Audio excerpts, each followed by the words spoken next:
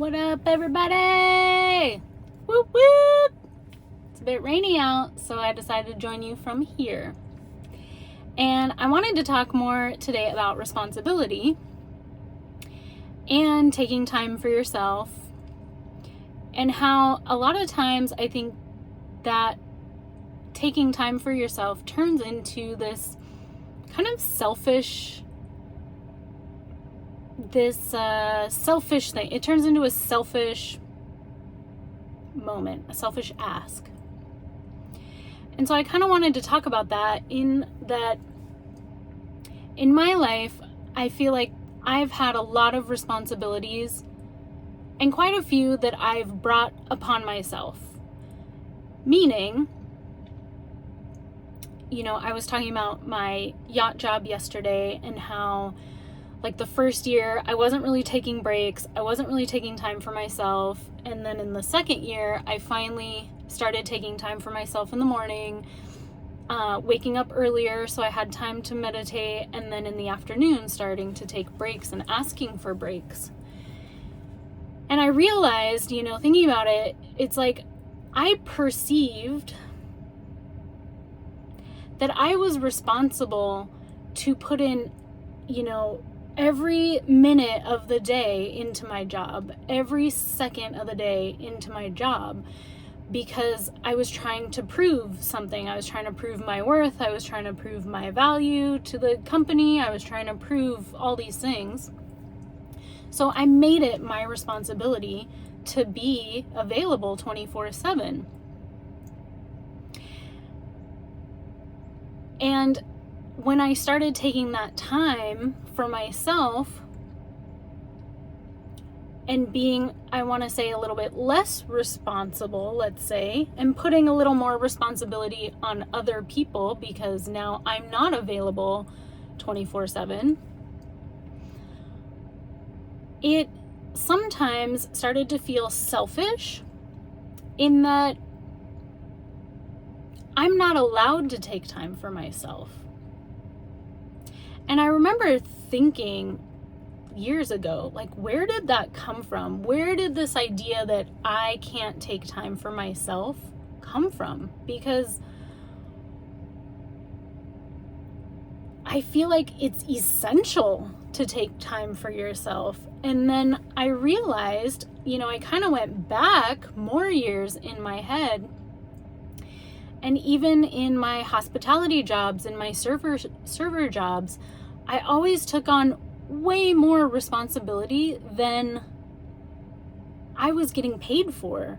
I would all of a sudden become the leader of the group. I would become almost like a supervisor in a way and take care of the team. And I would just take on these roles and take on these responsibilities year after year. And they weren't mine to take on. And yet anytime, and I remember too, this time with hospitality, I realized like I'm not, and I asked for compensation for this extra responsibility, this leadership role I was taking. And they always kind of, oh, maybe next year.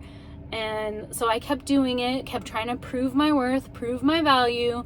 And finally, I think after probably like 2 years of doing that, I said, I talked to myself. I was like, what am I doing? Like, all these responsibilities I'm taking on and I'm stressed about and I'm trying to lead this team are my perceived responsibilities. Like, the bosses are cool putting them on me because it's less on their plate, right? And when I ask for pay and they say, oh, well, maybe next year, because I was always pushing for this lead server position. Maybe next year. And I just kept waiting for next year. And finally one year I was like, well, I'm not getting paid. I doubt it's ever going to happen. So what am I doing? Why am I still carrying all this responsibility that's not mine? And so I remember taking on less and less and less and doing less and less and less until all I was doing was literally my job description.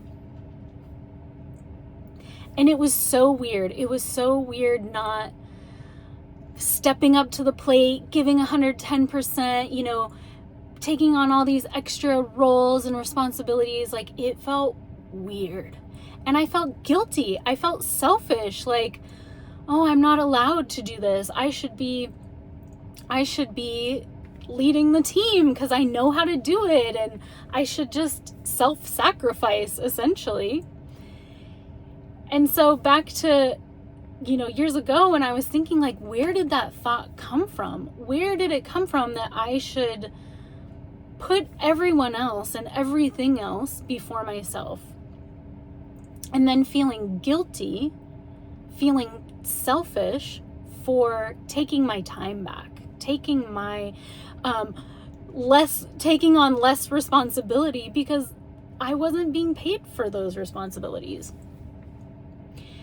And it's been a big question in my mind for a long time. And it's almost like, as a little girl, and I'll just speak for myself, but I feel like this is kind of a collective for most women, is that we were taught that we need to be selfless, that, our mothers, our grandmothers, our great-grandmothers, they all took care of the family. They took care of the husbands, and they took care of the kids, and they took care of the aunts and uncles. And, it was like the women of the family were taking care of everyone and never taking care of themselves.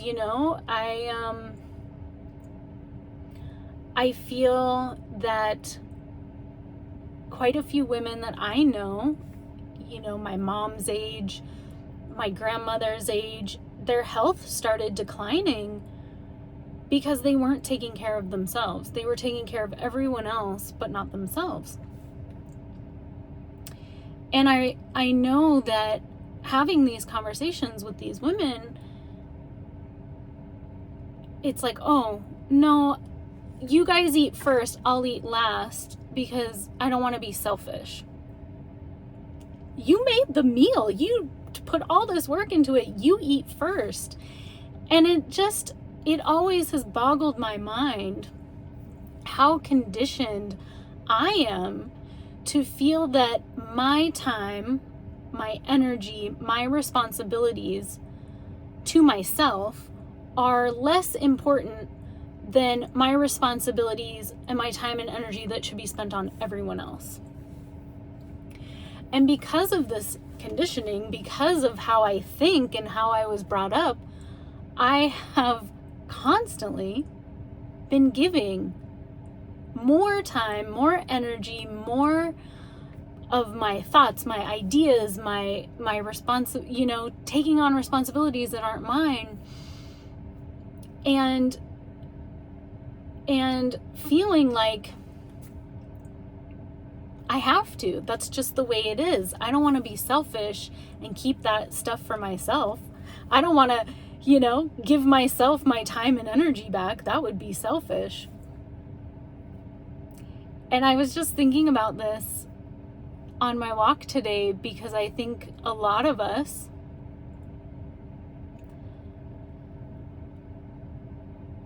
don't